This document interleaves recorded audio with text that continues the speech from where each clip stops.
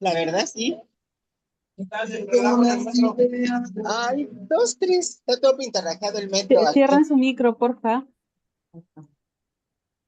Bueno, les damos la más cordial bienvenida en nombre de la Asociación de Psicoterapia Psicoanalítica ADPP y el Instituto Psicoanalítico Interdisciplinario IPI. La ADPP es una asociación civil sin fines de lucro con 35 años de vida institucional. Realizamos y promovemos conferencias, cursos, seminarios, talleres, eventos académicos y de investigación en el campo de la psicoterapia psicoanalítica y otras ramas científicas afines. A nivel internacional, somos miembros de la Federación Latinoamericana de Asociaciones de Psicoterapia Psicoanalítica y Psicoanálisis, FLAPSIP. A nivel nacional, somos miembros de Psicólogos Contigo, asociación civil conformada por 7 asociaciones psicoanalíticas reconocidas que brindan apoyo a las poblaciones vulnerables. Somos fundadores del Instituto Psicoanalítico Interdisciplinario, institución formativa de posgrado que imparte los programas de formación en psicoterapia psicoanalítica de 3 años y la especialidad en estudios psicoanalíticos e intervenciones sociales de 1 año. El IPI tiene convenio con la Universidad Antonio Ruiz de Montoya de Lima, que avala el plan de estudios y otorga beneficios a los estudiantes de ambas instituciones. Convenio con la Universidad de Londres de México, interesados en un intercambio de aprendizaje teórico, clínico en psicoanálisis, vinculando lazos entre ambas culturas latinoamericanas. Convenio por el cual los estudiantes que califiquen se beneficiarán de una doble certificación. Bueno, les voy a presentar ahora a Miguel, el presidente de la asociación de la ADPP, a quien le agradecemos por haber aceptado la invitación para presentar su trabajo, Alegato por la Ternura 1, sobre los conceptos venerables. Él nos estaba contando ahorita que ya va por el tercero, Alegato por la Ternura 2 y 3, y que va a presentar ahora en España, nos dijiste, ¿verdad, Miguel? Sí, Agradecemos también a Hilda Katz y a Luis Díaz, quienes enriquecerán esta conferencia con sus intercambios y comentarios.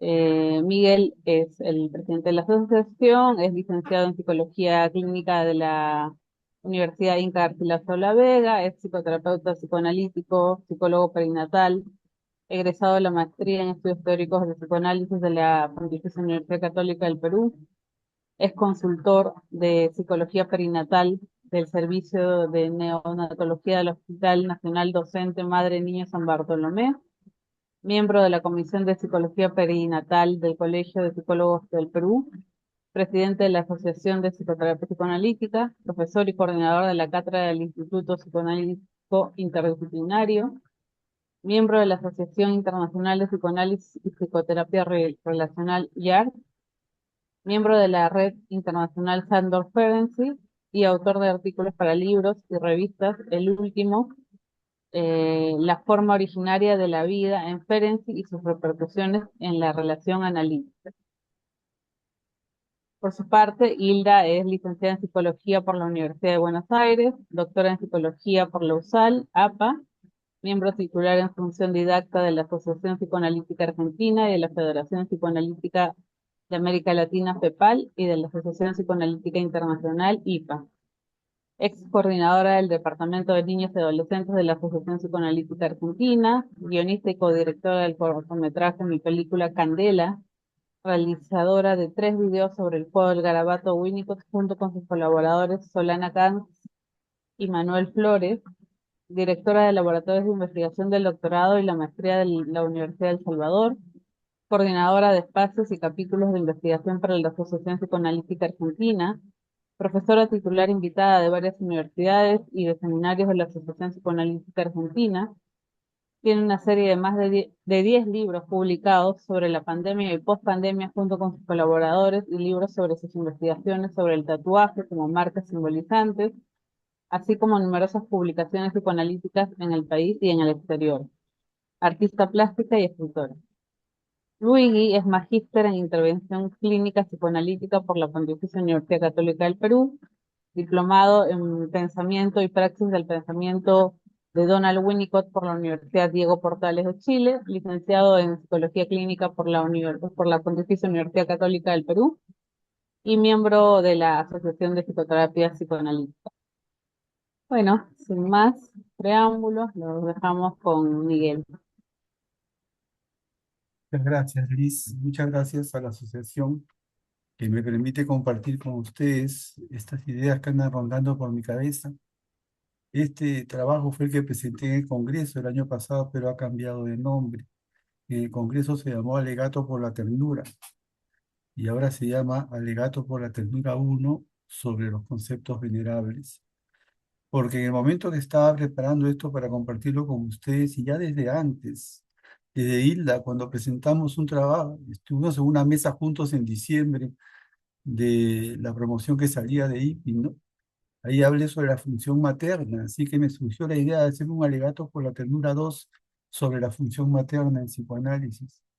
Y pensando, porque yo voy acumulando en archivos cositas así que después les doy forma, y de pronto dije que también podría ser un alegato por la ternura 3 cuando el psicoanálisis empieza a escuchar al niño, ¿no? Y después de unas conversaciones con Hilda podemos hacer hasta uno de Ulloa, ¿no? Que él también tiene una mirada muy interesante sobre la ternura como un planteamiento ético frente a la situación social actual. Bueno, retornemos a lo que hemos venido al alegato por la ternura uno sobre los conceptos venerables. Repasando un poco los alegatos, me encontré con un texto que es imposible de dejar de leer y que aparece en un libro que acaba de presentar Hilda sobre Marcelo Viñar.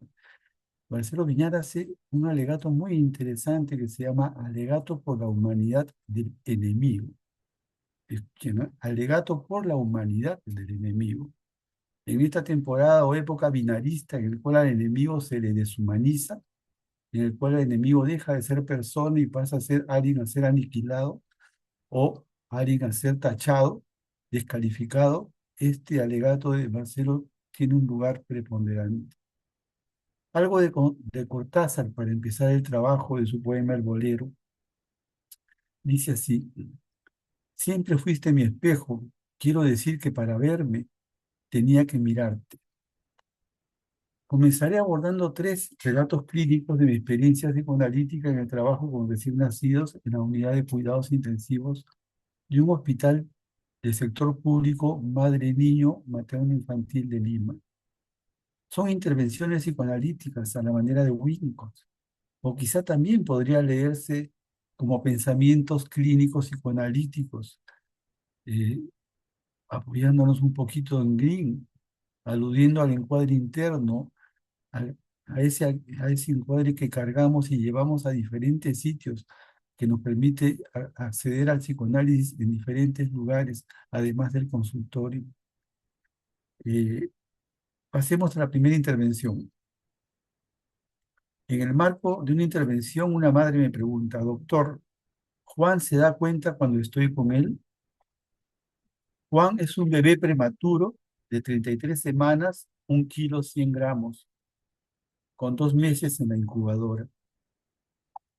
Y yo le respondo: ¿y usted qué siente? Me dice: yo creo que sí, porque cuando llego me voy y mueve sus brazos. Y yo le respondo: qué bien que ya se estén relacionando. A lo que ella me responde con una sonrisa. Pasemos al segundo relato. Una madre a la que los doctores me refieren porque no veía mucho a su hijo y la sentían distante de su hijo, desconectada de él. Voy a ver a su hijo, veo que se llamaba Luis en la incubadora. Luis es un bebé prematuro de 35 semanas y 1 mes en incubadora, 1 kilo 500 de peso. Y le digo a Luis que voy a hablar con su mamá porque parece que no está viniendo seguido. Y eso hago a continuación, voy a hablar con su mamá y comparte conmigo esta señora lo que suele pasar en estos espacios, ¿no? Lo difícil del embarazo, los problemas económicos, porque este es un hospital del sector público. Llega gente que vive día a día, entonces estar internada significa bastante, ¿no es cierto? Y a continuación me pasa a hablar de su hijo y me dice: lo que más me duele es que a diferencia de mis otros hijos, con Luis no podemos mirarnos. Yo le digo: ¿a qué se refiere?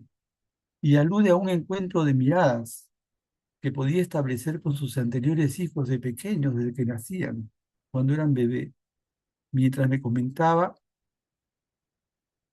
todo el tiempo mientras hablábamos, ella estaba mirando para un costado, mirando para abajo, eh, hablaba llorando, en todo momento en una actitud como evasiva.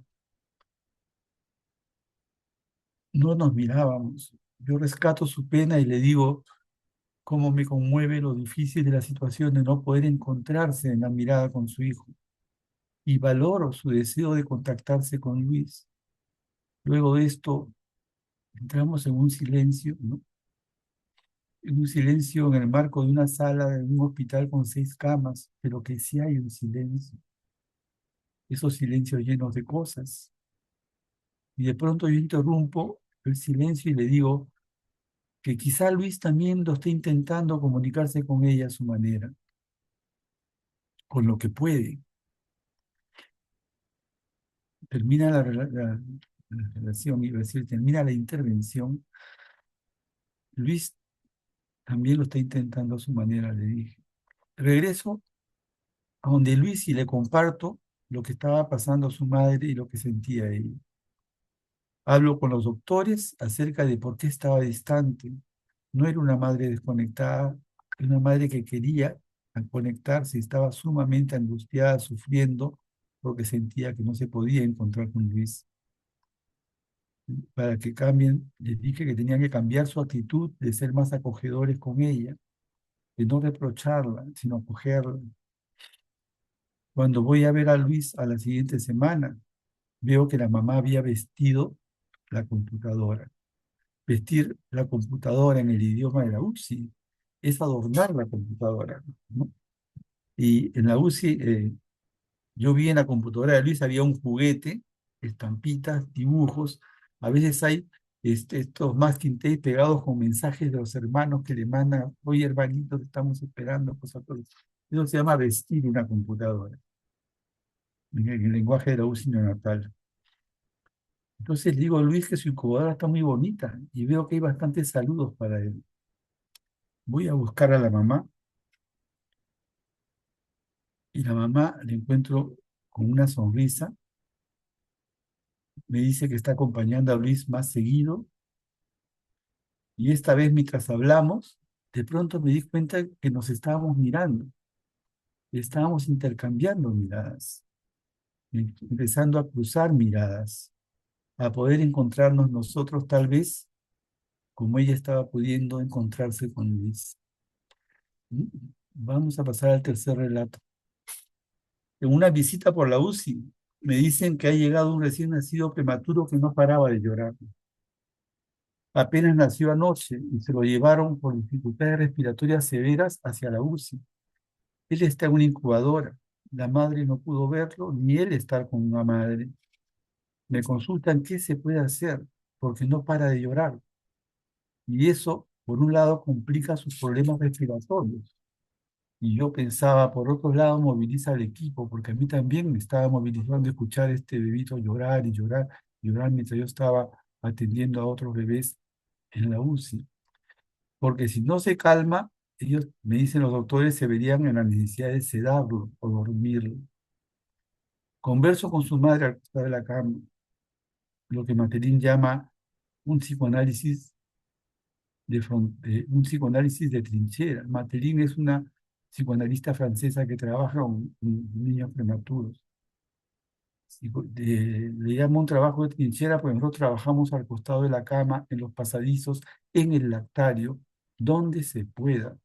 Somos y llevamos nuestro encuadre interno para ir armando nuestro espacio privado alrededor y por cualquier sitio del hospital. La mamá se pone a llorar, me comparte lo traumático de su situación, pero yo pensé que era la situación con su hijo, pero no, era la situación de su pareja que la había abandonado, que no sabía qué iba a hacer cuando salía de la clínica, qué iba a hacer con la parte económica, porque todo esto le estaba trayendo problemas económicos y estar internada también significaban gastos económicos. Y me dice sobre todo el parto, que ha sido muy difícil, se demoraron en atenderme, este, y La siento muy asustada y la veo demasiado asustada esta mamá.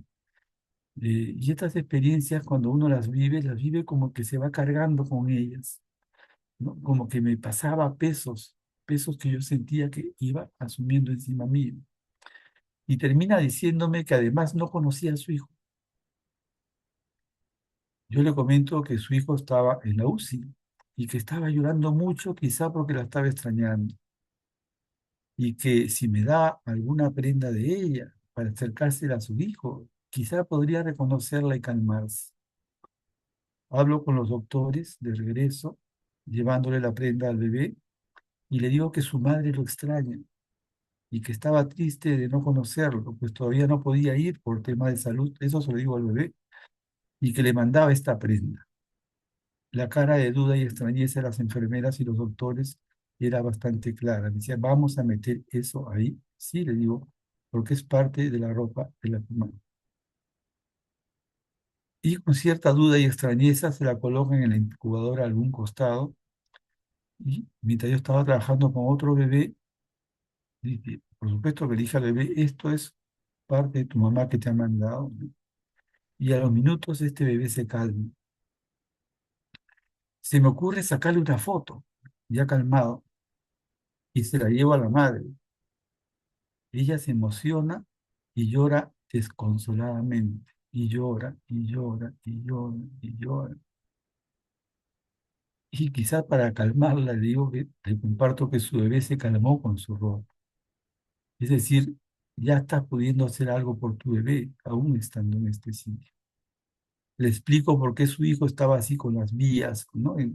Para la alimentación parenteral, el oxígeno, porque es impactante ver un niño en una incubadora. Es impactante, ¿no? Le explico por qué su hijo estaba así y le digo que el doctor la va a venir a buscar para explicarle lo que le pasa. Nos quedamos callados. Yo al llegar ya le había entregado la foto a ella, ahí fue cuando empezó a llorar desconsoladamente, ¿no? Nos quedamos callados y de pronto me dice, doctor, se parece a mi mamá. Y nos quedamos callados, yo sorprendido, ¿sí? Y me dice, creo que le voy a poner María, me dice, como ella. María dejó de ser un fantasma y tomó su lugar como parte de la historia familiar, y esperemos que eso ayude mucho a restablecer el vínculo familiar. La necesidad de un alegato por la ternura, vamos a terminar acá con los relatos neonatales, es porque considero que es una noción y sentimiento olvidado a pesar de ser la instancia psíquica fundadora de la condición humana. Repito, instancia psíquica fundadora de la condición humana. En supervisiones, presentaciones clínicas, he podido observar que está presente, pero los supervisados o los terapeutas o los analistas por algún motivo no la nombran. O sea, cuando a veces yo he incorporado el tema de la ternura, tampoco le da mucha razón, mucho espacio ni mucho sentido o reconocimiento que podrían tener un lugar protagónico en determinadas situaciones clínicas. Esta necesidad de hacer un alegato se ha ido desarrollando a partir de mi experiencia clínica en el trabajo de años con recién nacidos en riesgo, sus madres y sus familias, en un hospital del sector público, pero también con mi clínica de personas así llamadas pacientes difíciles en el consultorio. Revisando este trabajo en la mañana, también me acordé que yo cuando empecé a trabajar, que terminé psicología ya por los 80, empecé trabajando con pacientes esquizofrénicos crónicos mayores de 30 años de origen rural y sin familia en el Hospital La Arcorera. O sea que desde esa época ya me sentía atraído por este tipo de pacientes. Y los denomino así porque lo difícil que tienen es que, no son, es que son sufrimientos que no se ajustan al dispositivo tradicional del psicoanálisis. Por ello, durante muchos años no se les consideró como sufrientes para ser tratados por el psicoanálisis. Entre otras cosas, se decía porque no establecían transferencia.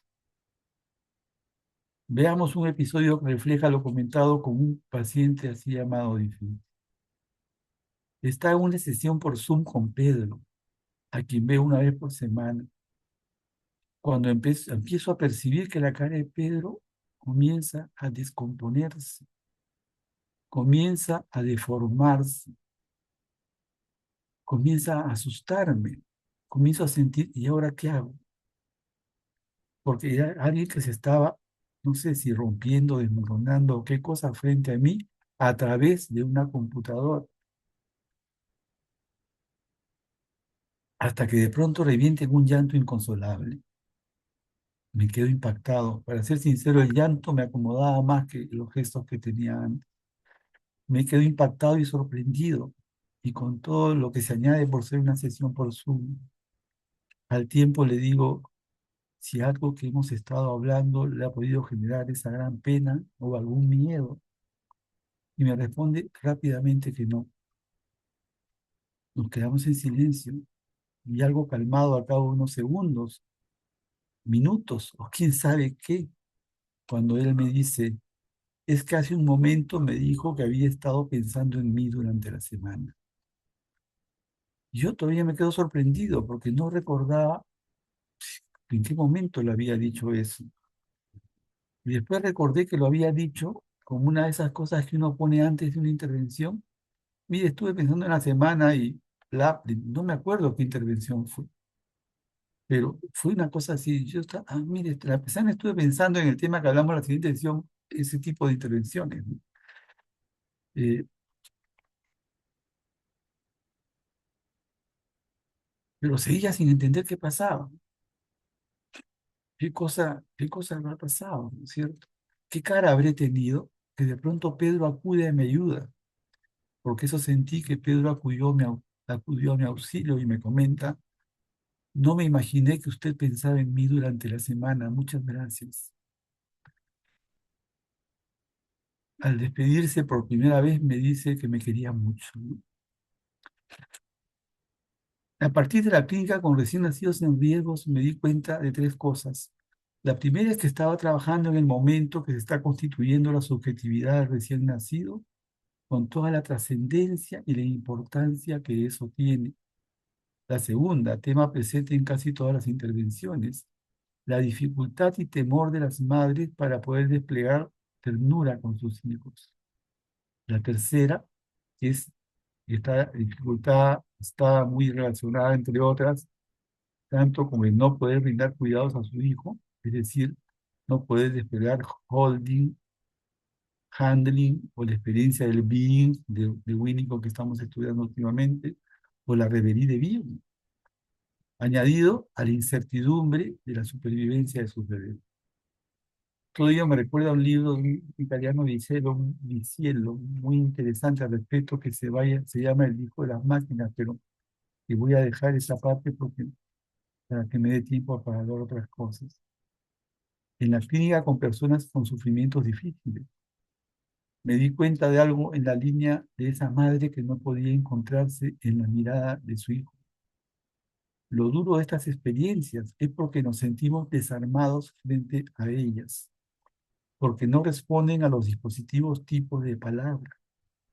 Por ello, durante muchos años se decía que no eran analizables, pero también son vistos así por la dificultad para poder estar, encontrarnos con estas personas, estar con ellas, compartir ideas y sentimientos, con todo lo que esto nos genera. Compartir ideas y sentimientos como todo lo que movió en Pedro mientras estaba desfigurándose, mientras estaba llorando después. Esto permite entender cómo en el relato una frase secundaria, por decirlo, o no conscientemente intencionada, y mucho menos se le puede llamar una interpretación, genera una conexión emocional. Cuán necesario era para Pedro sentirse pensado, y cómo esto lo relacionó con un tipo de ternura o cariño hacia él, lo que evoca una etapa en el marco del origen de la subjetividad en el que el recién nacido necesita ser pensado. Esta experiencia o vivencia psicoanalítica, porque fue una experiencia y no una interpretación, tuvo un lugar protagónico en el desarrollo posterior del trabajo con Pedro, en la línea de cuán poco se había sentido pensado por su madre, por su padre, que estaba más preocupado de cuidarlo, una madre paranoide obsesionada con el cuidado físico que en algún momento pensó que su esposo quería envenenarla y dividió la casa en dos y se hizo su propia cocina, su propio baño y al esposo lo puso al otro lado y puso cámaras para que el esposo no pueda pasar. Y un padre sobreprotector y temeroso de que les pase algo a él y a sus hermanos. Trabajar en el momento que se está constituyendo la subjetividad o con personas con serias dificultades en su constitución, me evoca al trabajo de Selma Freisberg, ¿no? Ghost in the Nursery, este fantasma en la cuna, que es lindo el trabajo. Aunque ella aludía a los fantasmas del pasado que la madre traía a la cuna, que en este caso la madre de Pedro aportó, lo que nos remitiría por otra ruta que quisiera dejar por ahora, ¿no? En este caso vamos a trabajar con la situación disruptiva, como señalaría el doctor Moti Benyacar, que es para la madre el tener que separarse de su hijo para salvar su vida, y que significa que el recién nacido, para el recién nacido, estar en un espacio sin acogida afectiva, con un escaso contacto humano y muy ruidoso de ruidos extraños. En el caso de Pedro, ¿qué vivencias habrá tenido o habrá vivido para sentir tan importante que yo piense en él? ¿Qué tipo de transferencia es esa? Y que lo lleve conmigo más allá del tiempo de consulta, situación que él vivió como ternura, entendida como conexión emocional, como estar en mí conmigo. Y me evoca algo que Martín Adán dice en su libro La mano desasida. Martín Adán es muy intenso, es un poeta peruano muy intenso. En su libro La mano desasida, en una parte de su poema dice: y mi casa que hice en este mundo, deshabitada hasta de la ausencia. Es fuerte, fuerte. Estos escenarios sacaron a luz la trascendencia y relación entre el cuidado y ternura, que comenzó también a colorear mi trabajo en el consultorio. Me llevó a pensar que es un sentimiento muy poco tomado en cuenta o nombrado en el ámbito de la clínica psicoanalítica, porque estoy hablando del inconsciente prereflexivo de Stolorow o el conocimiento relacional implícito de Stern o algo de más cerca, lo sabido no pensado de Bolas, ¿no? Y estamos hablando de algo que hemos vivido y está omnipresente en nosotros. Y cuando hablo de nosotros, hablamos de nosotros, de ustedes, de mí. Hablo de nuestros sentimientos y que a veces no se piensa mucho.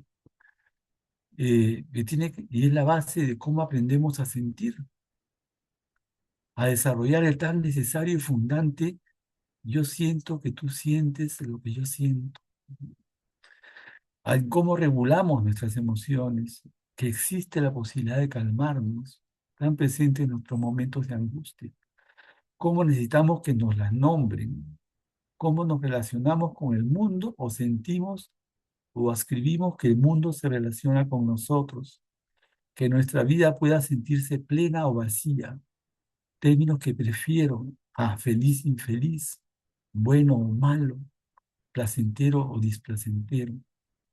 Y algo que es muy importante, que no se nombra mucho, el dejarnos querer. A veces estas experiencias primarias hacen que no desarrollemos la capacidad de dejarnos querer. Y ustedes deben haber tenido muchas experiencias con gente que no se deja querer, como una forma de protegerse de momentos muy difíciles, probablemente, ¿no? Coloreando de esta manera el desarrollo de la subjetividad de todos nosotros, aludiendo con todo esto a una función maternal lamentablemente muy dejada de lado en los inicios del psicoanálisis. Fue cuando andé por esta parte del trabajo que se me ocurrió el alegato por la ternura 2, función materna en psicoanálisis. Hablar de un alegato por la ternura me evoca a Joyce McDougall, cuando sustenta de esta manera su alegato por una cierta anormalidad. Dice así: no se me escapaba mi inquietud por el hecho de estar aprisionada dentro de conceptos teóricos venerables, que tal vez fueran el impedimento para tratar de hallar solución a problemas clínicos complejos. Estos conceptos abarcaban toda una gama, desde el permanente examen de las pulsiones instintivas y sus destinos, hasta el desafío a dicotomías tales como edípico o predípico, o las que oponían el conflicto mental a la deficiencia psíquica, o las teorías de las relaciones objetales a las teorías de las relaciones interpersonales. Termino la cita. Entre muchas otras cosas, lo que se resalta McDougall, parafraseando Bacon, que después es una frase que se la escribe a Gantry: la teoría es un buen siervo, pero es un mal amo. Además, que lo llamativo de su reflexión es que nos muestra el costo de ambular entre dicotomías y binarismos, a lo que yo añadiría la manera como se le ha negado a la ternura el derecho a ser nombrada, a pesar de su trascendencia en la estructuración de nuestra subjetividad. Reitero, concordando con McDougall, por estar aprisionados en algunos conceptos teóricos venerables, como ella lo señala, y porque la ternura no es binaria, se despliega en un ámbito de relación casi indiferenciado, porque discurre en el encuentro entre dos personas que co-construyen algo, un tercero quizá, como dice Barthes en su libro Fragmentos de un discurso amoroso, donde tú eres tierno, dices plural. A diferencia de la manera binarista en que suelen clasificar estas emociones, desde una mirada ética, buenas y malas, placenteras, displacenteras, envidia buena o envidia mala. Para mí la envidia es envidia, discúlpenme. No hay envidia buena y envidia mala. No nos andemos con esas moralinas. La envidia es envidia. Yo te envidio, ¿cierto? Vamos, claro, con las cosas, ¿no? O si son primarias o secundarias, como plantea McDougall, o en el ámbito de la ternura, la más usada es, desde la mirada pulsional, amor u odio, objeto o pecho bueno, objeto o pecho malo. Binarismos que no permiten o dificultan la apreciación de la función de la ternura, que no va por los polos, sino va por los grises, refundiéndola entre binarismos éticos y morales, mientras que la ternura deambula en ese ámbito que de dos que aparecen uno o tres con lo que crean, donde se aspira a un encuentro fundante de lo psíquico, con todo lo complicado que esto puede ser. Es el primer espacio del bien común, donde dos personas se acercan sin buscar ganar nada. Bien común, dicho sea de paso, tan ausente en las mentes de las personas en la actualidad. Trabajar en estos dos espacios clínicos me llevó a interpretar una serie de conceptos venerables, una serie de conceptos venerables y actitudes implícitas en el trabajo clínico, que no me permitían encontrarme y estar con estas personas, y que tiene que ver con la intensidad de los sentimientos que movilizan estos trabajos, y lo que implica trascender de la escucha analítica a vivir una experiencia o una vivencia, como diría Ferenczi, analítica, en la cual no es solo la palabra, sino la manera en que estamos con, que trasciende la escucha a una forma que incluye el estar con, desde la que el analista puede por ahí mermar el sufrimiento de sus pacientes. Tomemos un ejemplo. Un concepto venerable es que en alguna metapsicología psicoanalítica se diferencian afectos considerados como representantes afectivos de la pulsión, de sentimientos o emociones en una relación algo confusa. Porque encontramos, por ejemplo, en Freud dos maneras de hablar de la ternura. Por un lado, habla de ella como la corriente más antigua en los tres ensayos para una teoría sexual, en 1905, vinculada a los cuidados parentales. Sin embargo, en escritos posteriores ya aparece vinculada al amor romántico, al amor adulto. Y en 1912, en su trabajo sobre la más generalizada degradación de la vida amorosa, aparece vinculada con el amor adulto, como un derivado de la represión sexual.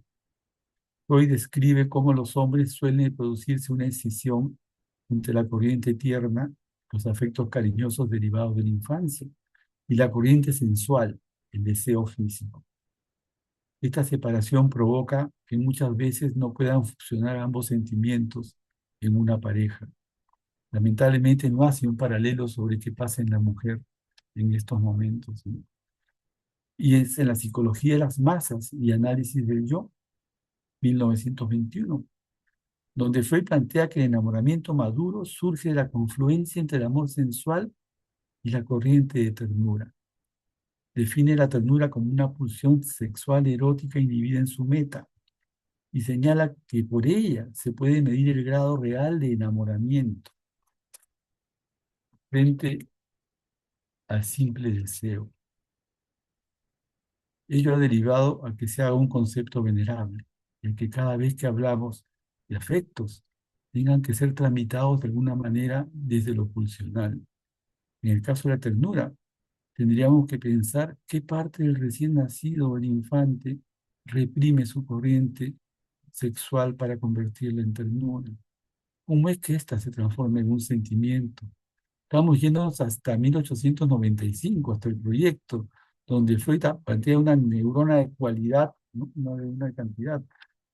Pero no queda de todo claro. Estamos chapoteando por la famosa glándula pineal de Descartes, ¿no es cierto?, que unía el alma al cuerpo. Queda en el tintero un trabajo donde se puedan diferenciar, discriminar afectos, emociones, sentimientos. Y por ahora los tomaré como si estuviéramos hablando de lo mismo. Y un segundo donde hay que diferenciar amor de enamoramiento, que también es otro gran tema. Eso es lo que fenomenológicamente me llegó en las viñetas que presento. Y llevo a Freud, gracias al cual estamos acá conversando y pensando juntos. Porque si no hubiera habido Freud, no estaríamos acá. Pero también Freud fue un hombre de su época, a presentar la ternura como algo femenino para Freud. Acordémonos que en la época de Freud había una pedagogía que se llamaba, que Alice Miller le llama, ¿no?, la pedagogía negra, donde había un esquema patriarcal, donde la mujer no tenía un lugar, ¿no? Entonces, él tenía que producir desde que el esquema cultural de la época lo planteaba. La violencia física contra los niños estaba naturalizada. Por eso es que Freud se abocó a la violencia sexual, ¿no es cierto? Y es por eso que Freud presenta la ternura como algo solamente femenino. Los hombres no podrían tenerla. Y de sus riesgos, ¿no es cierto? Hablando,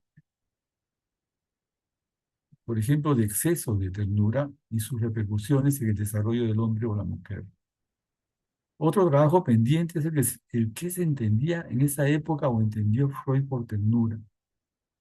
Podemos decir que era algo definitivamente algo femenino, algo que podemos empezar a inferir desde su preocupación por los efectos negativos del exceso de ternura.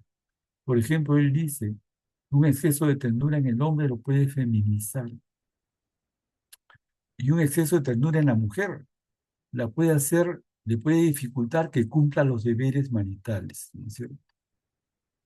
Será porque la pondrá muy respondona, no lo sé. Al menos tenemos que reconocer la honestidad de Freud cuando plantea qué hay en la mente de la mujer, yo diría, y qué hay en su corazón también, dejando abierto el espacio para que desarrollos posteriores del psicoanálisis, como se dieron, se ocupen de ese tema. Vamos terminando ya, señalando que si la ternura se menosprecia o se relativiza como algo blandengue, romántico, melosería, vinculado solo al amor romántico adulto, y no se le da su trascendencia en tanto instancia psíquica fundadora de la condición humana, es como consecuencia del desconocimiento y la poca importancia que se le dio dentro del psicoanálisis a la mujer y a la función materna en sus inicios, entendiendo desde aquí el protagonismo y la trascendencia de la presencia de la función maternal en el espacio psicoanalítico, que se desarrolló después de Freud desde Ferenczi, aunque haciendo unas revisiones, hay un psicoanalista poco citado que se llama Otto Gross, que ya antes de Ferenczi le estaba dando un lugar importante a la función materna, hasta nuestros días, y todos los grandes desarrollos post-freudianos, que una gran parte de ellos tienen que ver con el desarrollo de la función materna en el psicoanálisis. Haciendo el espacio, si tomamos la función materna también en el lugar, hacemos el espacio psicoanalítico no únicamente una cura por la palabra, sino también por la experiencia o vivencia que se tiene en la situación analítica, desde que ésta deambula no solamente por los ámbitos de lo representacional, sino los ámbitos de la vivencia y de la experiencia. Como escuché alguna vez, nos enfermamos por historias y nos curamos por historias. pero también nos enfermamos por relaciones y probablemente también nos curamos por relaciones. Muchas gracias por su tiempo. Gracias, Miguel. Bueno, ahora vamos a escuchar a Hilda. Bueno, la verdad, Miguel, que a medida que te escuchaba, quería hacer otro trabajo. Me surgían más asociaciones y más asociaciones y me empezaba a hacer un barullo porque tu trabajo es tan inspirador, tiene una potencia inspiradora tan grande, sobre todo en estos tiempos de ferocidades que vivimos, ¿no? Si de hablar de la ternura tiene mucha fuerza. Y se me iba a la cabeza, por supuesto, para otros autores, que Bion, que Winnicott, que Ulloa, ¿no? Es decir, esa necesidad de resistir la barbarización de los lazos sociales que tenemos ahora. Y dije, bueno, pero me tendré que atener a lo que más o menos esbocé, porque me iba para todos lados. Por supuesto, entraba por la poesía, que hay una frase de Vallejo, el gran poeta peruano, cuando un crítico dice, Vallejo no habla del dolor, Vallejo hace hablar al dolor, ¿no? Y esa es la magia, ¿no? Y yo creo que no solo hablas de la ternura, sino que movilizás también la ternura en nosotros, ¿no? En ese sentido. Y entonces me iba por un lado y me iba por el otro y dije, bueno, este, por algo voy a tener que decidirme, ¿no? Porque en una cultura como la que vivimos, catastróficamente dañada por palabras tóxicas, se debe volver a aprender de nuevo el lenguaje de la ternura, ¿no? De la empatía, del reconocimiento, como también lo traía Ferenczi, ¿no? Para abordar la integración, la inclusión y la sensibilidad, la experiencia de avanzar y tal vez la oportunidad de curar, ¿no? De sanar. Es imposible no comentar tu trabajo sin ir a la poesía o a la literatura, es imposible. Pero hay una frase de Sándor Maral en su libro La mujer justa que dice, hace falta, y te lo digo a vos, ¿no? Es decir, como que hace falta mucho valor para dejarse amar sin reservas. Un valor que es casi heroísmo, dice Maral. La mayoría de la gente no puede dar ni recibir amor, porque es cobarde y orgullosa, porque tiene miedo al fracaso, le da vergüenza entregarse a otra persona y más aún rendirse a ella, porque teme que descubra su secreto, el triste secreto de cada ser humano, que necesita mucha ternura y que no puede vivir sin amor. Y esto es, creo, lo que vos estás transmitiendo en los tiempos que estamos viviendo, ¿no? Es decir, Miguel Maldonado nos trae una palabra, y a través de su palabra, que abraza, como diría el poeta Juan Ros, ternura, que es auxilio, pero también es futuro, ¿no? Porque esa palabra inaugura la esperanza de lo porvenir del porvenir. Ante la desesperación, la posibilidad de hacer una pausa, una espera, para dar paso a la esperanza. No es optimismo. El optimismo, podríamos decir, es una palabra más vacía, más banal.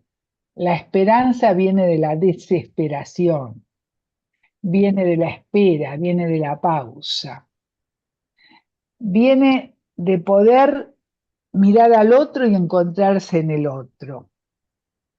Sabemos que la presencia del otro, del semejante, es fundamental en el proceso de constitución subjetiva, todos los que estamos acá, ¿no? pero también sabemos que en las situaciones de crisis que tanto intimidan, donde aparecen con toda su fuerza las necesidades de apego y protección, y realmente se buscan tramas que alberguen tanto lo público como lo íntimo. Y yo creo que esto es el camino que vos nos estás ofreciendo, ¿no? Si ante los casos presentados sobre nacimientos prematuros, la muerte como una sombra que amenaza cada instante, ¿no? Es decir, cómo poder recibir esa muerte proyectada y procesarla de alguna manera para que pueda ser tolerada por el otro, para que pueda salir de la desesperación y pase a la espera y a la esperanza, que es la reverie, ¿verdad? La famosa reverie que tanto hablamos. Eh, sí, Vamos a trabajando. En un rato va a venir, ¿ya? Ella va a venir, pero hay que bueno, dejarla que termine de trabajar. eh, yo creo que esto es lo que vos traes en toda la dimensión, en ese otro que, por ejemplo, no se puede reflejar en la mirada del hijo. Y también nos planteas un desafío, los sentimientos venerables, ¿no? Como lo llama Joyce McDougall, que muchas veces erigieron barreras dogmáticas que solo nos sumergieron al sujeto que sufre en una crueldad. Porque cuando falla la ternura, emerge la crueldad. ¿Y cuál sería la crueldad? La crueldad de la falta de empatía. Como si empatía también fuese una mala palabra, entre comillas, ¿no? Es decir, donde, bueno, nombraste Ulloa, Ulloa habla de que el buen trato, la ternura es el pilar ético del sujeto y la respuesta humana fundamental frente al desamparo, ¿no? O sea que si una persona recibe buen trato, miramiento, si es mirada, si es albergada en la mirada del otro, si se puede reflejar en el otro, puede lograr con suerte, ¿no? Distinguir el bienestar del malestar, lo justo de lo injusto. En realidad lo que vos traés es un antídoto contra la crueldad circundante, ¿no? Porque el instinto animal puede ser agresivo, la agresión es parte de la vida, pero nunca cruel. La crueldad surge cuando falla el amparo, el primer amparo afectivo que constituye la ternura, que es el tema que nos trae, ¿no? Porque sabemos que la agresión, como tantos autores lo dicen, es parte de la vida, pero se transforma en violencia cuando no es incorporada y aceptada como tal. La ternura, por el contrario, es un lazo amoroso que funciona como un sostén y se basa en el reconocimiento del otro, en la solidaridad, y después se refleja en el cuidado colectivo, ¿no? Freud nos habla, y es algo que yo escribí en Salmo de las Palabras, ¿no? Y nos habla refiriéndose a la disposición tanto del paciente como del terapeuta al encuentro. No es uno solo que va, que es lo que vos nos trajiste en tus ejemplos, porque nos dice, ahora bien, dice Freud, ¿no? De 18, Tratamiento psíquico del alma, 1890. Desde que los médicos han reconocido con claridad la importancia del estado anímico para la curación, se les ocurrió la idea de no dejar ya librado solo al enfermo el monto de solicitación. Y acá viene. La palabra puede que no la pronuncie bien en alemán, pero es esta. Entgegenkommen, anímica. Entgegenkommen, que Freud lo dice, que consigue un estado anímico favorable, buscándolo conscientemente con los medios apropiados de parte del médico. no solo del paciente.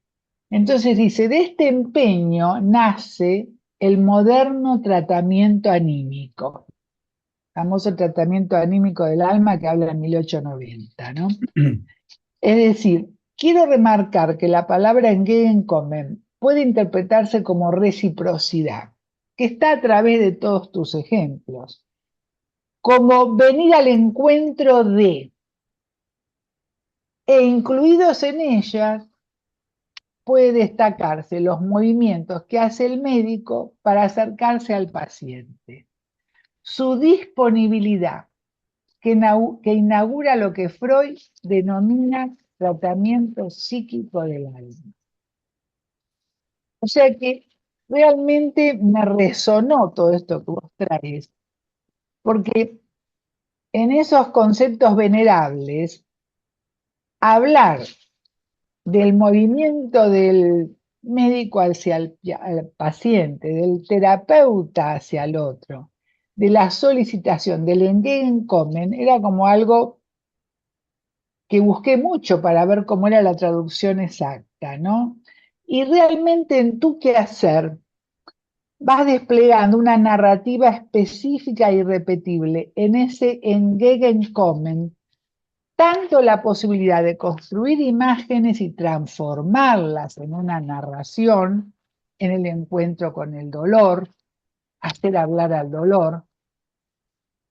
Por supuesto, es inevitable que lo relacione con la concepción de Bion, de la mente, que es, como dice Green, es como si fuera un aparato digestivo, poder digerir la angustia ante la muerte, mediante la reverie del analista, generar ese Entgegenkommen, poder transformar esa angustia de muerte proyectada y recibida de una manera que pueda ser tolerada, invitando a la espera, invitando a la esperanza, ¿no? Es decir, yo creo que lo que trae, desde mi punto de vista, se puede ver como la digestión o elaboración de un nuevo encuadre, ¿no? Que emerge como resultado de ese tipo de conexión, de acompañamiento, e incluso de ese silencio, digamos, de un silencio comprometido, implicado, que es por sobre todas las cosas elocuente, la mirada que habla. De esta forma creo que nos invitás a que veamos cómo el vínculo, digamos, se va transformando en una tierra, como yo digo, fértil, para que puedan ir evolucionando distintos intercambios, todo eso que vos decís que apareció, que ponían los nombres y la tela con el olor para que tenga el olor de la madre, es decir, aparece el juego, ponerse en juego permanentemente como analistas, ¿no? Un juego que va armando continentes para lo impensable, modelos que van siendo descartables, ¿no? Pasibles de estar en constante transformación y cambio en la pareja terapéutica, en el encuentro mejor, digamos, ¿no? Donde se pueden desplegar un espacio para los sueños, los miedos, los terrores que no pudieron ser nombrados. Y si hay terrores en la UCI de las incubadoras, ¿cuántos terrores que no pueden ser nombrados, ¿no? O sea, que yo creo que nos vas hablando de ese pasaje, de la tremenda intimidación inicial ante la muerte, donde nace la vida, podemos decir, a propiciar la intimidad del encuentro. Uno se pregunta, ¿sabía Freud, como dice Bolas, ya que nombraste a Bolas con lo sabido no pensado, ¿sabía Freud la extensión y alcance de lo que producía con la creación del espacio analítico? ¿Sabría? Es decir, esta experiencia realmente nos invita a pensar, a hacer una pausa, a dar un espacio y sobre todo a tratar de que, como en todas las épocas, prevalezca la mirada psicoanalítica del terapeuta por sobre los requerimientos que de por sí van a encontrarse en permanente cambio, que serían los que vos dijiste, los conceptos venerables, ¿no? Porque por sobre todas las limitaciones es necesario poder tolerar la exigencia y la urgencia que tenemos ahora, inusitada, de plasticidad psíquica. Y por supuesto, dar paso al músculo de la intuición que abre al descubrimiento creativo, como siempre decía Bion, ¿no? Ensayarlo. Para dar paso al músculo de la intuición, hay que hacer como vos dijiste, ¿no? No obnubilarlos por los dogmas, porque los dogmas son ciegos, ya que toda transformación psíquica auténtica implica un cambio abrupto, y vos traés cambios abruptos con esos resultados. Pedro que llora, ¿no? Pues, o sea, fueron muchos los inconvenientes que interfieren para que un hecho nuevo sea albergado. Y el hecho nuevo yo creo que es todo lo que rodea a rescatar de la exclusión a la palabra ternura y junto con ella intuición. De paso, le pongo una compañerita a la ternura, ¿no? Que había sido como despreciada por las exigencias de una sociedad del rendimiento, si podemos decirlo en rápido, ¿no? Es decir, hay muchos inconvenientes para albergar lo que vos traés y para la posibilidad de que sea pensado, porque es como ponerle nombre al terror sin nombre. A todos esos terrores que nos habitan en estas situaciones extremas. Porque hay algo que sí sabemos que construye presencia, que creo que fue tu trabajo, ¿no? Construir presencia, como una invariancia en la que nos apoyamos como psicoanalistas, que es la palabra. Virilio decía que los psicoanalistas somos el único grupo heroico, porque sostenemos la palabra como lugar de pensamiento. Él fue un arquitecto que se ocupó de catástrofes, ¿no? Pero esa palabra que transforma y la ternura que nos permite recuperar algo que es bastante importante, que durante la pandemia estaba en juego, porque estaba arrasado eso. El registro subjetivo que cada cual posee de lo humano y que sabemos que fue totalmente arrasado en la pandemia y en la pospandemia que vivimos ahora en todos los órdenes, ¿no? La manera de cuidar, la manera de velar los muertos, de despedirnos, de acompañar a los enfermos, todo eso fue arrasado. Y toda esa hostilidad donde el otro era un enemigo, de alguna forma siguió dando vueltas en el ambiente, aparte a la luz de los acontecimientos que estamos viviendo en todos los órdenes, ¿no? Pero vos traes esa palabra ternura y también la importancia de la palabra en nuestro trabajo, que no tiene por qué estar siempre sostenida por un registro fonético. Hay miradas que hablan, hay presencias que hablan, hay acompañamientos que hablan, ¿no? Y que construyen presencia. La palabra como un cuerpo que abraza, que genera una trama que envuelve y protege. Y vamos a terminar con una poesía, porque cuando se habla de ternura, no se puede otra cosa que hablar de poesía.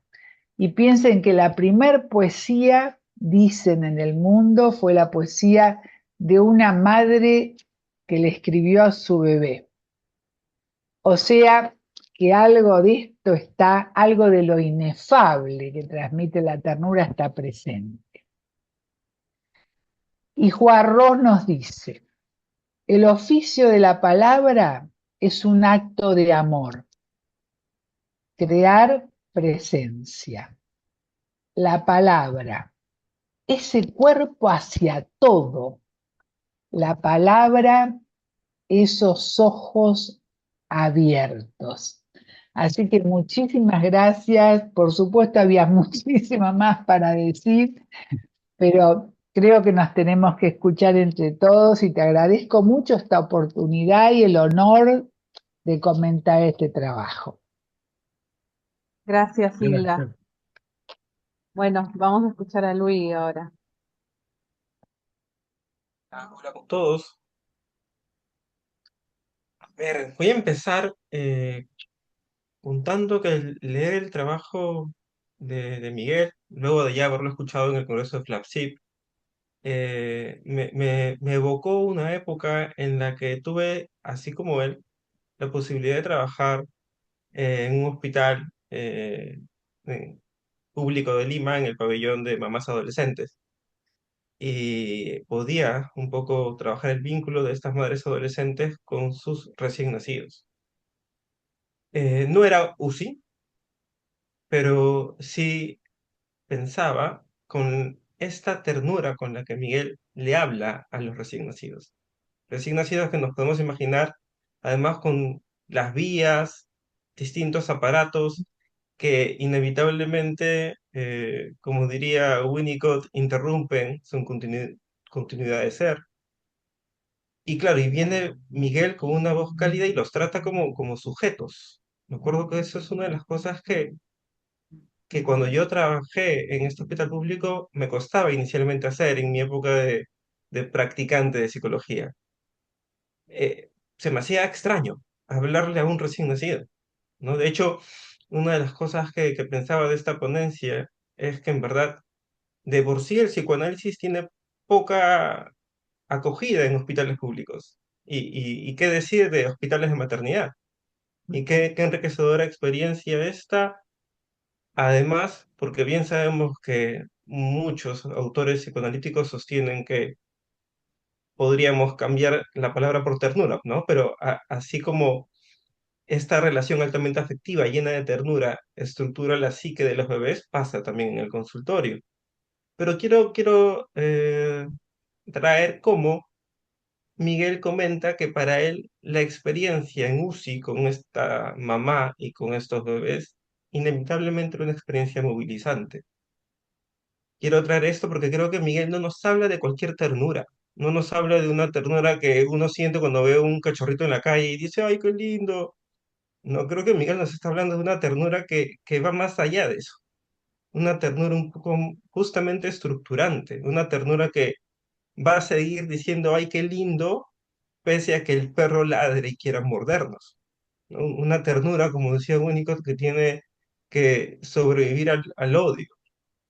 Y esa ternura no es nada fácil, ¿no? Pensaba cuántos de nosotros, si nos ponemos a pensar, los que nos dedicamos a la psicoterapia, hemos recibido ternura eh, de nuestros terapeutas, de nuestros supervisores. O sea, cuánto de esta ternura muchas veces es aquella que nos permite sostener con ternura a nuestros pacientes. Miguel nos trae la ternura para recordarnos cómo muchas veces eh, dentro de nuestro trabajo podemos dar por sentado el valor de la ternura, lo pasamos por alto, como que nos sentimos más orgullosos por la interpretación que podemos hacerle al paciente, por el señalamiento, por lo que me di cuenta, por lo que el paciente se dio cuenta. Y pasamos por alto justamente lo que distintos psicoanalistas descubrieron en la época postfreudiana, lo que ocurre en este vínculo madre-bebé, estas relaciones de apego. Y mientras preparaba este escrito, pensaba un poco, incluso me pregunté si es que acaso en aquellas investigaciones que hoy en día se hace de psicoanálisis, la Universidad Católica acá en Perú está haciendo investigaciones con psicoanálisis y le pregunté a un colega mío que hizo la maestría si es que acaso en su investigación de tesis encontró algo relacionado a la ternura, algún cambio, cosa que a veces es interesante encontrar, justamente porque estos datos empíricos ayudan a que el psicoanálisis se afiance en el sistema de salud público. Y él me dijo que sí, que en su trabajo encontró que muchos momentos de desencuentro entre terapeuta y paciente se resolvían con, no necesariamente con lo que el terapeuta decía, sino con el tono de voz, con alguna risa, Claro. con algún tipo de mirada. Aspecto que a él le hacía pensar justamente en el poder de la ternura.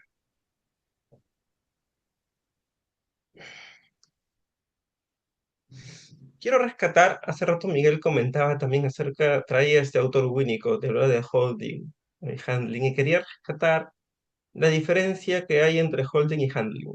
Yo pensaba un poco como eh, probablemente cuando Winnicott nos presenta el constructo de holding, nos está hablando de la necesidad de sostener físicamente al bebé y cómo nos hace acordar que el desarrollo físico en esta etapa va muy relacionado con el desarrollo emocional, pero también pensaba en cómo nos dice que si bien el holding permite la integración, hay algo llamado handling, que tiene que ver no necesariamente con el sostén, sino cómo se sostiene. Y creo que este trabajo de la ternura me hace acordar a que es diferente un sostenimiento con ternura a un sostenimiento sin ternura. Porque podemos encontrar a una mamá dando de lactar a un recién nacido, esta mamá probablemente viendo tele o trabajando, y por otro lado una mamá dando de lactar, mirando al bebé, sonriéndole y conversando con su bebé.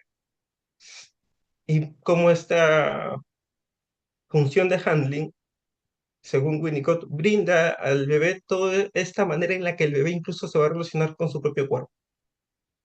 Como hoy en día muchos pacientes nos consultan, por ejemplo, con síntomas que tienen que ver con aspectos psicosomáticos y cómo de pronto sabemos que detrás de estos síntomas hay una escisión de base. De ahí que podemos volver a ver el valor de la ternura, el valor de este handling para poder fundar psique. Pensaba también, por otro lado, en que Miguel nos hace acordar de un concepto en su trabajo de situación disruptiva. Yo pensaba, claro, la experiencia de estas mamás que tienen que alejarse de su recién nacido porque necesitan estar en la incubadora, porque necesita el recién nacido ser sostenido en su salud física. Y yo pensaba que tanto en nuestras sociedades de Latinoamérica, muchos niños pequeños tienen una situación disruptiva cuando los padres o los cuidadores tienen que ir a trabajar, justamente porque tienen que ocuparse de un aspecto tan elemental como la comida, y el infante se queda solo, o probablemente sin esta calidez afectiva, sin esta ternura. Y creo que justamente si hoy en día el psicoanálisis tiene mucho valor es porque proveemos justamente a la sociedad una cura, como nos recordaba Miguel al final de su trabajo, a través de la ternura, ternura que no tuvieron posiblemente, ternura que además, eh, volviendo a Winnicott, que me encanta este autor también, ternura que además cuán necesaria es que el terapeuta mantenga viva su ternura, justamente para permitir a estos pacientes difíciles que Miguel llama como Pedro, regresionar, ¿no? Esta regresión de transferencia donde el paciente se va a permitir vulnerabilizarse y demandar ternura, pero al mismo tiempo, de la mano de la demanda de ternura va a venir agresión. Y es ahí donde el terapeuta, como terapeutas, tenemos que hacer uso de toda esta ternura que hemos recibido para estar ahí.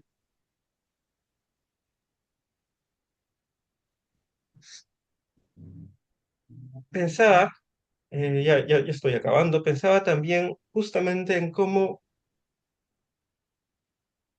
cuando leía a Miguel y pensaba en su experiencia con sus pacientes, pensaba en su experiencia eh, con estas familias, decía, wow, cuánto aguante de Miguel. Cómo esta ternura, cuya función es fundante del psiquismo, tiene que de alguna manera coexistir con sentimientos de odio. ¿Cómo qué tan necesario es poder ver? Hilda también nos recordó un poquito eso hace un rato, que es como un tira y afloja constante, una lucha interna que tenemos porque a veces agota, cansa, pero en algún punto, así como esta mamá que Miguel nos trajo, pasó de recriminarse por no encontrarse con la mirada de su bebé, ¿no? A después, si mal no recuerdo, a adornarle la incubadora o la computadora, algo pasó. El encuentro de ternura hizo que esta mamá pase de estos sentimientos de autorreproche a decir, ahora puedo yo dar ternura a mi bebé. Quiero acabar con dos escenas. No sé si han visto este reel que he estado recorriendo desde el año pasado, porque yo lo vi el año pasado, de esta paciente de Lacan, que contaba cómo en una sesión cuando ella le cuenta que se encuentra levantándose a las 5 de la mañana y no entiende por qué, Lacan le hace acordar que esa era la hora en la que la Gestapo iba, ¿no? Y claro, ella como que se da cuenta de esto y Lacan se levanta y le da una caricia.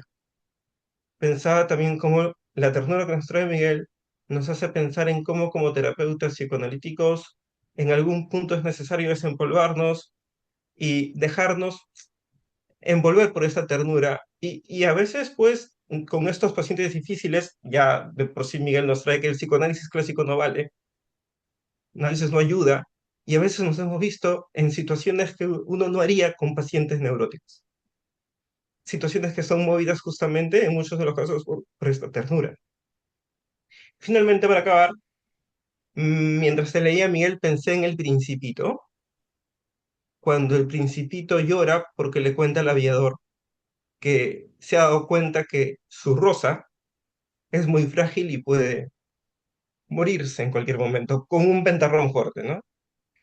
Y el aviador confiesa que se siente torpe, ¿no? Y termina diciendo, es tan misterioso el país de las lágrimas. Y finalmente lo que ocurre es que la sola presencia del aviador es lo que posibilita que el principito pase por este momento de dolor.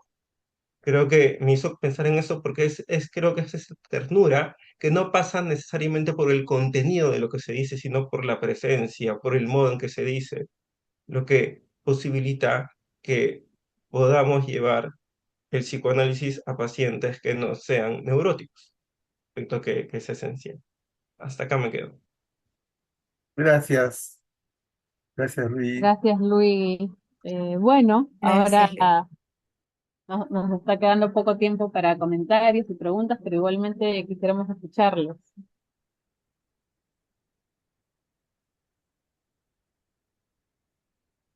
¿Qué les ha despertado? Jenny, Jenny.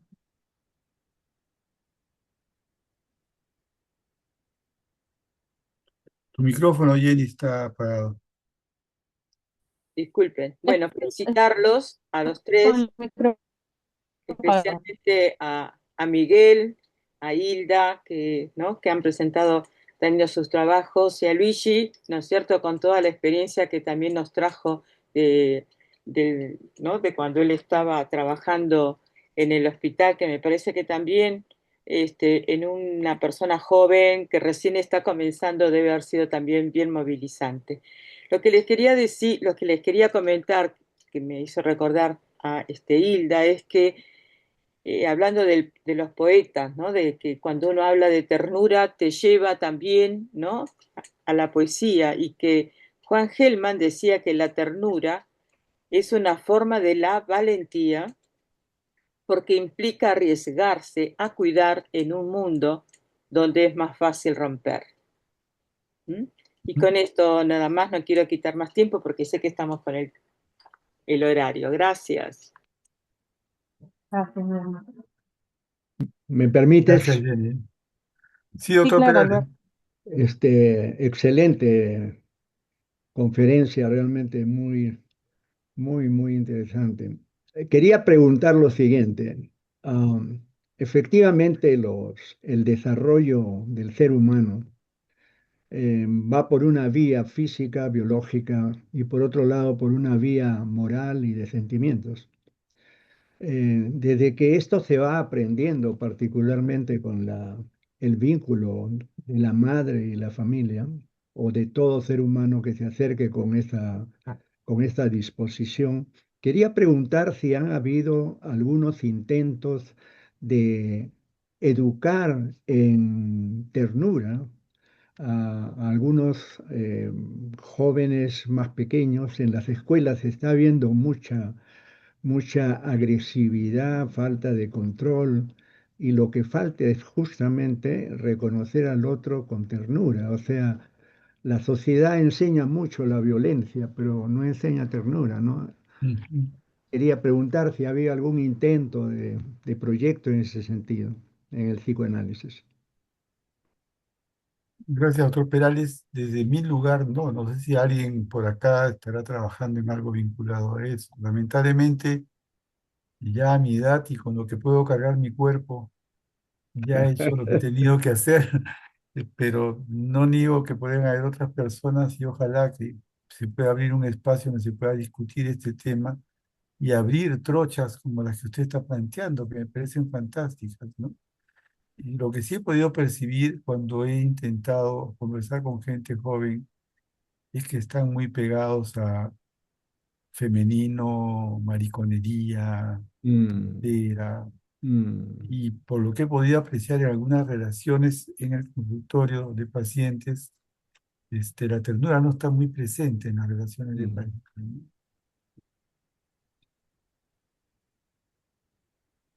No sé si alguien más joven puede corregirme, ojalá que sea así.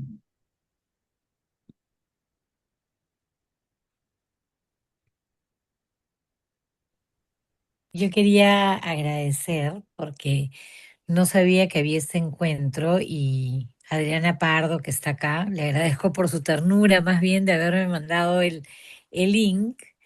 eh, y coincidentemente hoy día en la mañana me encuentro con una pareja que ya voy viendo por quinta sesión, estancada, ¿no? En conceptos como de expectativas o de una represión, sobre todo de la parte masculina de las emociones y una espera muy grande de la ternura de parte de ella. Y ha sido todo el tema, increíblemente, yo no sabía que iba a estar acá en la noche, todo el tema que ha atravesado la sesión de 1 hora de hoy día en la mañana. Y la ternura puesta desde del cuerpo, porque la corporalidad de ella demuestra pues también un reclamo y una molestia desde el abandono. Y bueno, no sé, saqué hasta un libro, cité a Ulloa, sin saber que en esta noche me iba a encontrar con esta preciosa ponencia. Mil gracias. Gracias. ¿Ya? Hilda, Perdón, si hay alguien que quiera hablar, que hable. Yo levanté la mano, pero por supuesto respeto primero los de la gente, los colegas del público, ¿no? Pero es inevitable que diga esto. El tema de la ternura, si lo más importante, los 3 años, los primeros 3 años de la vida son los más importantes, dentro de los 3 años el más importante es el primer año, y dentro del primer año el más importante es el primer mes, y dentro del primer mes el primer día. Es decir, digamos, desde mi perspectiva, mientras se ataque el poder vinculante de las funciones parentales, es imposible que se le dé un espacio a la ternura, porque la ternura se encuentra en justamente la donación de tiempo, de sentido, de material identitario y de amor estructurante al principio de la vida. Y la sociedad ataca esa posibilidad. Y de alguna manera podemos decir que evidentemente es lo que yo planteo en mi libro Adulticidio, pero era imposible que no lo digan. Es imposible que se establezca ternura, capacidad de amar, porque hay un ataque sistemático a la función materna y paterna, a la función reverí también paterna, porque yo estoy trabajando el tema de la función reverí paterna respecto a la pareja madre-bebé, que es tan importante esa reverí paterna respecto a la pareja. Y está atacada, Luigi lo dijo, bueno, cuando tienen que ir a trabajar, evidentemente, lo que pasa en las guarderías, es decir, es muy difícil la situación, no somos magos, ¿verdad? Pero sí la podemos describir. Una de las cosas que yo veo que cambió sustancialmente, por ejemplo, es cuando, no sé en Perú, pero los cochecitos, cuando las madres iban con el bebé en cochecito, le iban diciendo, le iban hablando, iban haciendo el handling con las manos, con la palabra, y iban, digamos, recibiendo la mirada de ese bebé asustado por estar en el mundo externo. Pero llegó un momento que dieron vuelta a los cochecitos para que los bebés, no importa la edad, miraran para afuera. Cuando yo hice una encuesta para mi libro Adulticidio, ¿cómo lo veía la gente joven? Me decía, no, muy bien, porque tienen que abrirse al mundo. Le digo, sí, cuando tengan 15 años. Le digo, pero primero, claro, primero tienen que introyectar el mundo, introyectar las funciones paternas, las funciones parentales, introyectar un objeto voluntariamente comprensivo y después abrirse al mundo. Yo veo bebés deprimidos en los cochecitos, mirando para todos lados y no encontrando la mirada del otro. Y yo esto me acuerdo cuando lo planteé a mis hijas, me decían, bueno, mamá, vos siempre exagerando, etcétera, ¿no? Pero eso no, hay que observar la vida cotidiana y cómo la sociedad conspira. ¿Para qué? Para eso que dijo Miguel, son los vínculos los que nos cuidan y son los vínculos los que nos enferman. Entonces los vínculos los vamos a atacar. ¿Por qué? Porque bueno, enfermos somos mucho más rentables, ¿no? Es decir, quizás es un poco terminante lo que digo, pero bueno, ya me conocen muchos y es así, mientras no se proteja las funciones parentales, no hay ternura posible, todo es desamparo. Y el desamparo se expresa a través de la crueldad y la imposibilidad de amar y poder recibir amor. Eh, es un interrogante que abro, es un compromiso que tenemos y gracias por esta temática porque realmente es la falta de ternura, de compasión y de empatía con el prójimo es cada vez, digamos, más arrasadora. Y justamente quizás no tengamos la solución, pero sí podemos hablar de esto, ¿no? Como decía Marcelo Viñar, eh, para no fracturar ni la verdad ni la memoria. No pudimos hacer justicia, pero por lo menos tenemos que hablar de lo que sucede, ¿no? Muchas gracias. Gracias, Gracias, Hilda. Hilda. Morel, ¿cómo era tu nombre? Hola, buenas María noches. Elena, María María Elena. María Elena. Elena. Era Quedó de República así Dominicana, creo, ¿no? de mi parte, no, de Bahía Blanca, Bahía No, Blanca. Argentina. vaya. Ah, Sí. Bueno, primero agradecer este espacio de ternura, tanto de Miguel como de Hilda, también como de Luigi, que estaba muy emocionado y terminé emocionándome. La verdad que es un mensaje tan profundo, ¿no? Que creo que ustedes están planteando interpelarnos, ¿no? A nosotros mismos, ¿no? De cómo afrontamos la vida y bueno, y este mundo tan convulsionado. y tan encerrante que me parece, la verdad, muy, muy profundo estos mensajes, estos tres mensajes. Les agradezco profundamente. Gracias, Hilda, por mandarme el link.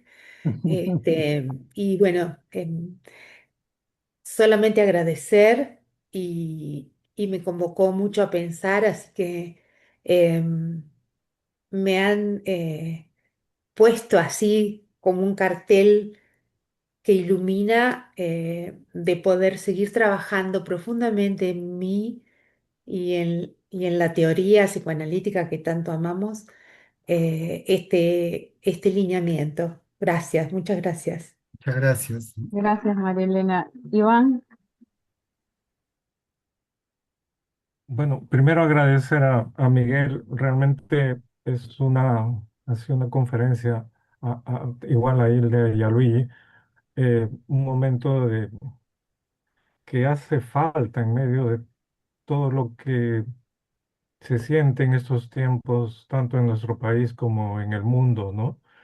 Y solo quería recordar, tanto se habla de poesía, del que es tal vez el poeta más tierno de nuestro país, Juan Gonzalo Rose, un pequeño poema llamado Círculo. Estoy tan suave ahora que si alguien reclinase su rostro sobre mi alma, bastante me amaría. Contemplo en el alto silencio de los cielos la música del amor y la antigua tertulia de sus leños. Estoy tan triste ahora que si alguien se acercase, me amaría. Primera noche en el Perú y busco amor, como en todas las noches de mi vida. Lo que puedo observar ya más, una mirada más teórica, ¿no? Es que la ternura implica suavidad, delicadeza, ¿no? En este poema implica ese contacto con el alma, ¿no? Él dice que si alguien reclinase su rostro sobre mi alma, bastante me amaría, ¿no? Y la tristeza, ¿no? Ese abandono que siente otro ser humano. Estoy tan triste ahora que si alguien se acercase nuevamente, la cercanía, el contacto, me amaría, ¿no? Primera noche en el Perú y busco amor como en todas las noches de mi vida, que es algo que siempre buscamos los seres humanos, ¿no? Muchas gracias a todos. gracias, Iván. Gracias. Mirta,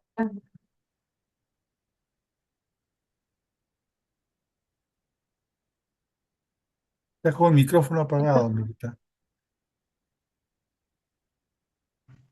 Ahora sí. Ya. Bueno, ya les agradecí por escrito, estoy muy conmovida, muy sensibilizada con estas palabras que vengo escuchando, pero hubo algo que me resonó fuerte cuando Miguel dijo que era terrible las neonatologías, que eran espacios realmente muy duros. Como observadora psicoanalítica de bebés, tuve oportunidad de hacer observaciones en las neos, acá en Buenos Aires, en lugares donde, bueno, clínicas muy caras, muy bien equipadas, pero donde, bueno, parece que a veces la ternura pasa de largo. Entonces, creo que hay que hacer un trabajo muy importante en las neonatologías con los médicos, las enfermeras, los pediatras. Sabemos que es una situación, digamos, de un trabajo muy en los bordes, muy al límite, entre la vida y la muerte, lo sabemos, pero también quería, por eso, esto de la sofisticación de los aparatos, las luces que prenden y apagan, las alarmas que suenan permanentemente. Es muy duro ese ambiente y creo que hay que replantearse, como por ejemplo ha ocurrido en Colombia, porque a falta de recursos tan sofisticados, tuvieron que ver cómo hacían la falta de incubadoras con estos bebés prematuros. Y resulta que hay un programa que se llama Programa Mamá Canguro, donde a falta de incubadoras el bebé con tan bajo peso queda sujetado al pecho de la madre, puede succionar el pecho si lo desea, si puede, si tiene fuerza, y al mismo tiempo está recibiendo todo el calor y los latidos de su madre. Las mamás a su vez reciben capacitación y control, ¿no? ¿Verdad? Y bueno, ha dado este programa esto de no separar al bebé de la madre, esto de tener la madre adherida a su cuerpo, piel con piel. Y acá pensemos en la piel psíquica que habla Esther Vick, ¿no? De ese contacto de piel que a su vez a ese bebé que está como fragmentado le da integración, le da unificación y también le da unificación desde lo psíquico. Entonces, creo que tenemos que revisar esto que pasa en las NEOs y creo que hay mucho, mucho por hacer. No me quiero extender más. Muchas gracias por esta presentación y creo que tenemos que dedicarnos más desde el psicoanálisis a sostener a estos bebés y a estas díadas madre-bebés que solas no pueden solas, necesitan el acompañamiento porque la angustia es muy fuerte. Nada más, gracias. Gracias, Gracias, Mirta. Mirta. Álvaro. Buenas noches con todos y todas. Igualmente agradezco a Miguel, a Hilda, a Luigi. Verdaderamente el trabajo ha sido conmovedor. Yo que soy de fácil conmoverme, me he movido bastante. Y pensaba en lo difícil que es ahora conmoverse, ¿no? Recuerdo que hace un tiempo conversaba con una amiga mía, ahora ella es madre, que yo le hablaba de empatía. Y ella me dice, pero ¿para qué ser empático con la gente? ¿Ser empático me va a traer plata? No, no me va a sumar a mi valor como persona. ¿No? Qué triste. Ujú. Tan poco vales que tienes que buscar todo en el dinero. Y ella me dice, no fastidies. No fastidies con tus cosas. Y ahora que ella es madre, una vez fue a visitarla, pues ella estaba necesitando ayuda. Lamentablemente, el padre de sus hijos no terminó siendo adecuado, pues. Váyase a los problemas con los vínculos, terminó repercutiendo algo por ahí. Decía, ¿para qué hablarle si él no va a entender?